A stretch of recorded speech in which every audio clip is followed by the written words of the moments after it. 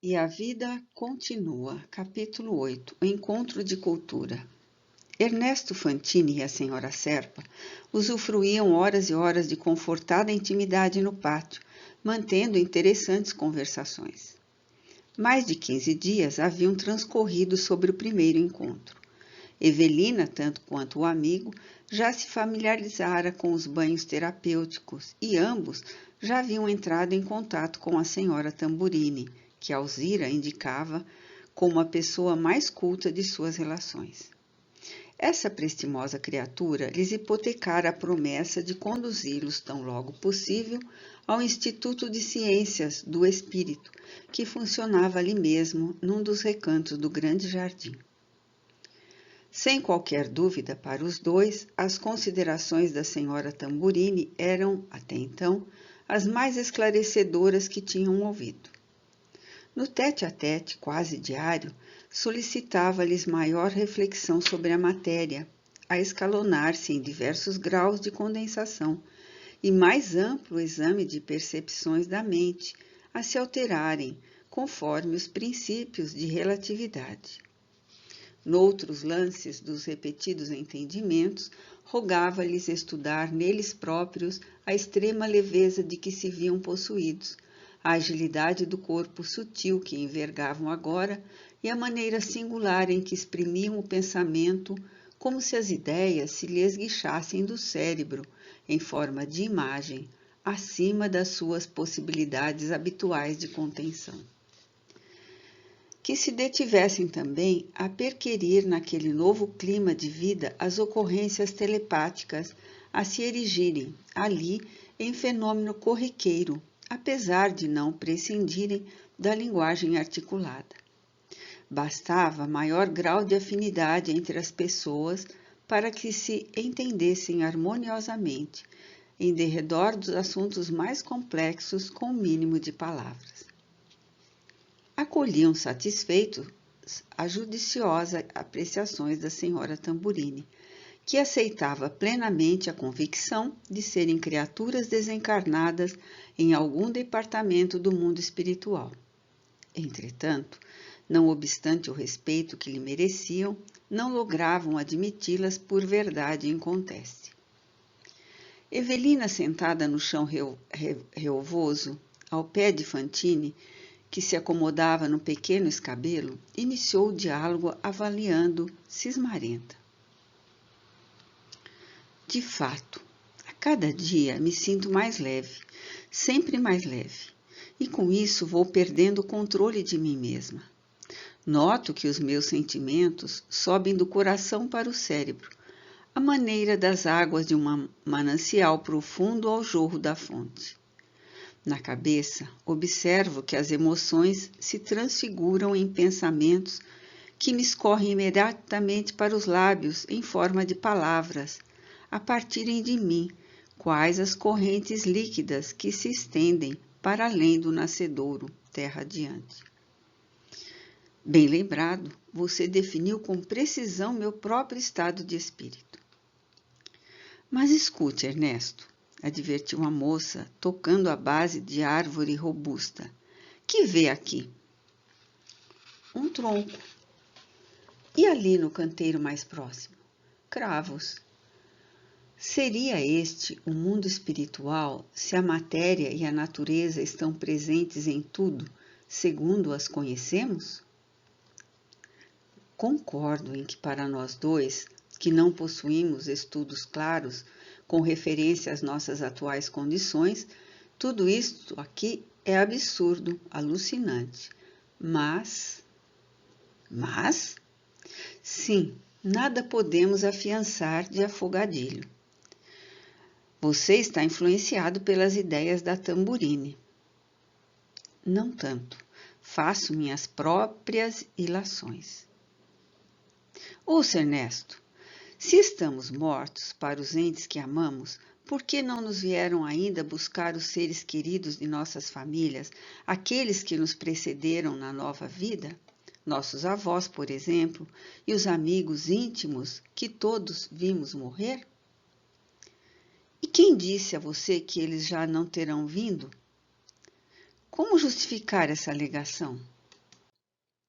Recorde, Evelina, as lições elementares de casa. Um televisor capta imagens que não vemos e nos transmite com absoluta lealdade. Um rádio mirim assinala mensagens que não escutamos e nos entrega com maior clareza. É muito provável estejamos sendo vistos e ouvidos, sem que tenhamos até agora despertado a faculdade precisa de escutar e enxergar neste plano. Ernesto, e as orações? Se somos espíritos libertos do chamado corpo carnal, alguém no mundo ter-se-á lembrado de nós em prece. Sua senhora, sua filha, meus pais, meu esposo. Não conhecemos o mecanismo das relações espirituais, nem temos qualquer estudo de ciência da alma. Quem afirmará que não estaremos sendo sustentados pela força das orações daqueles que amamos ou daqueles outros que ainda nos amem? Que quer dizer? Que contas já nos foram apresentadas neste hospital? A que e a quem devemos os cuidados e gentilezas que nos são dispensados diariamente? Não compramos as nossas roupas novas nem as utilidades que usufruímos. Você, tanto quanto eu, já endereçou a alguma enfermeira aquela conhecida pergunta: quem paga? Já indaguei. Qual foi a resposta? Aqueles que vos amam. Quem são esses no seu modo de ver? Em meu caso, meu esposo e meus pais. Tenho minhas dúvidas. De início, supus estivéssemos em recuperação no Instituto de Saúde Mental. Entretanto, cada dia que passa nos surpreende em nível mais alto de consciência no que diz respeito aos nossos raciocínios.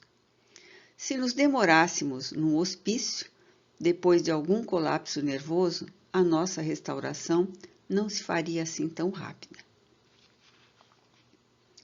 Quebrou-se, porém, o fio da interessante conversação. A senhora Tamburini abordou-os à pressa, a fim de avisar que o encontro de cultura espiritual estava marcado para a noite, que se avizinhava e urgia se apressarem. Munidos do necessário consentimento, ei-los que se dirigem para a organização às 7 da noite, junto da amiga que os recomenda a estima do mentor em serviço, o irmão Cláudio.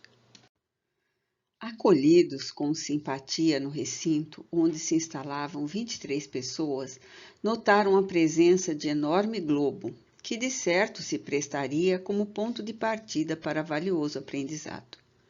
O orientador principiou a reunião notificando que a turma estaria em aula dialogada e que não era ali senão um companheiro dos demais, com erros, hipóteses, aproximações e acertos, em que tudo aquilo que viesse a dizer. Qual é o tema, professor? Se indicou senhora distinta. Da existência na Terra. Em seguida, ao esclarecimento, o diretor do grupo teceu preciosos comentários acerca das funções do orbe terrestre na economia cósmica e prosseguiu. Reflitamos, meus amigos. Quem de nós, na atualidade de nossos conhecimentos incompletos, conseguirá deitar sabedoria no campo da inteligência tão só pelo testemunho das impressões pessoais?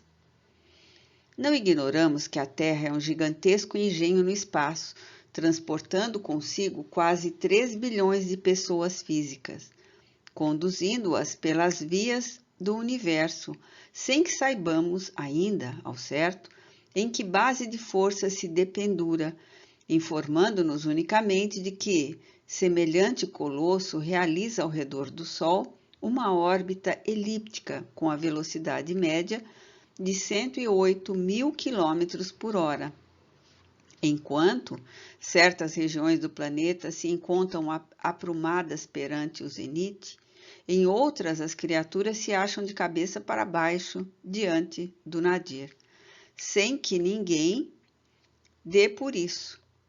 Até ontem, qualquer pessoa asseverava que a matéria densa de uma paisagem se constituía de elementos sólidos em repouso.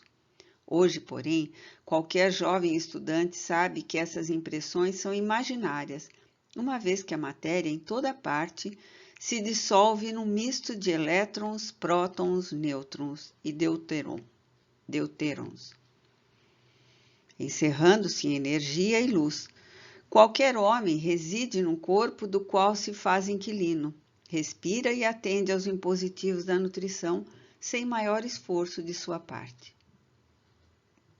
De que maneira dogmatizar afirmativas sobre causas, processos, acrisolamento e finalidades de nossa existência terrestre pelos acanhados recursos dos sentidos comuns?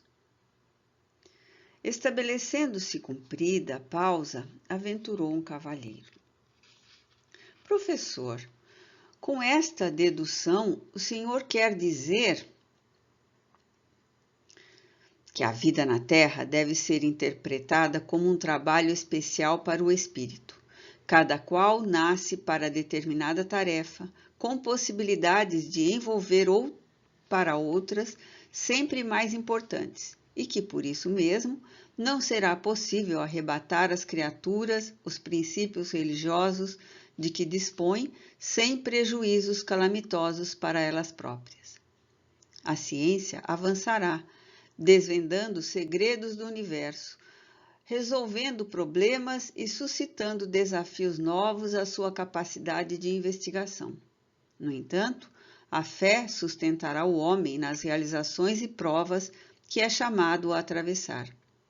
O espírito renasce no mundo físico, tantas vezes quantas se façam necessárias para utilizar-se, aperfeiçoar-se, e à medida que se aprimora, vai percebendo que a existência carnal é um ofício ou missão a desempenhar, de que dará ele a conta certa ao término da empreitada. O explicador revelava tamanha altura cultural na exposição em andamento que raros à parte se fizeram ouvir.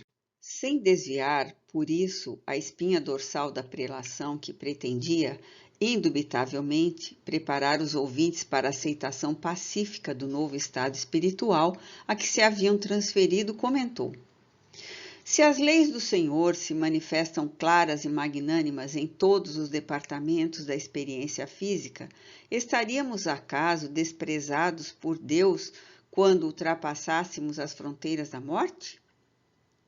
Referimos-nos aterrados ao aniquilamento das vidas humanas quando as guerras varrem a face do planeta. Entretanto, que concluir acerca dessas mesmas vidas humanas a se extinguirem metodicamente nas épocas de paz? Conservar-se-ia o Senhor indiferente aos nossos destinos em algum lugar do universo?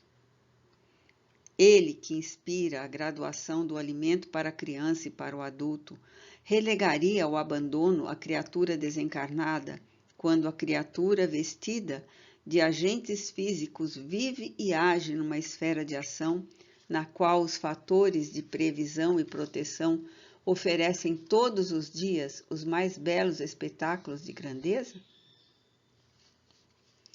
Ninguém ali penetrava a fundo o caráter sibilino daquelas alegações. Os circunstantes, pelo menos em maioria, não se apercebiam de que estavam sendo adestrados delicadamente a fim de admitirem a realidade espiritual sem barulho. Surgindo mais ampla cota de silêncio em virtude de achar-se o professor interessado em averiguar posições geográficas no globo à vista, Evelina cobrou ânimo e perguntou: Irmão Cláudio, todas as pessoas registrarão sensações iguais entre si depois da morte? Não, cada qual de nós é um mundo por si e, em razão disso, cada individualidade, após largar o carro físico, encontrará emoções, lugares, pessoas, afinidades e oportunidades, conforme desempenhou o ofício. Ou melhor, os deveres que lhe competiam durante a existência na Terra. Ninguém pode conhecer o que não estuda, nem reter qualidades que não adquiriu. Cláudio entreteceu ainda apontamentos ricos de beleza e de lógica. E ao término da brilhante tertúlia, Ernesto e Evelina estavam reconfortados e felizes, ao modo de viajantes sedentos de valores da alma, depois de se abeberarem numa fonte de luz.